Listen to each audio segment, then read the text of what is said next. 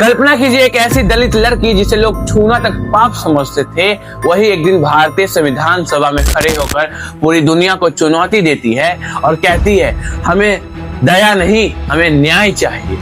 जी हाँ, मैं बात कर रहा हूँ शेरनी के बारे में, जिनके बारे में आपको कुछ स्कूली किताबों में पढ़ने को नहीं मिलेगा।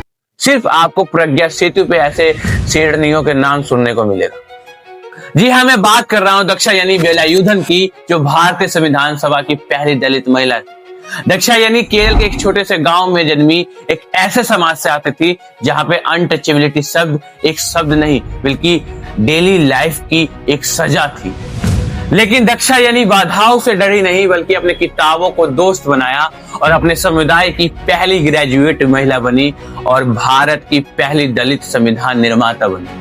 वे संविधान सभा में खड़े होकर कहती है हमें दया की वस्तु मत समझिए, हम अपने अधिकार नागरिकता के आधार पर मांग रहे हैं। आर्टिकल 17 एवोल्यूशन ऑफ अनटचेबिलिटी, अस्पृश्यता का अंत। आज जो हम खुले में सांस ले पा रहे हैं, आज जो हम समानता की बात कर पा रहे हैं, वो इसलिए क्योंकि दक्षायनी ने संविधान सभा में खड़े होकर कहा कि अस्पृश्यता शब्द को सिर्फ शब्दों से ही नहीं बल्कि समाज से उखाड़ फेंकना है। और उनकी इस गुहार ने आर्टिकल 17 को एक मजबूती प्रदान किया। वो कहती है हमें अलग चुनाव क्षेत्र नहीं चाहिए, दलित दया के पात्र नहीं बल्कि वो नागरिक है। संविधान सिर्फ एक कागजों का किताब नहीं बल्कि समाज को बदलने का एक हथियार है और ये सरकार का दायित्व बनता है कि वो समाज से अस्पृश्यता और भेदभाव जैसी चीजों को समाप्त करे।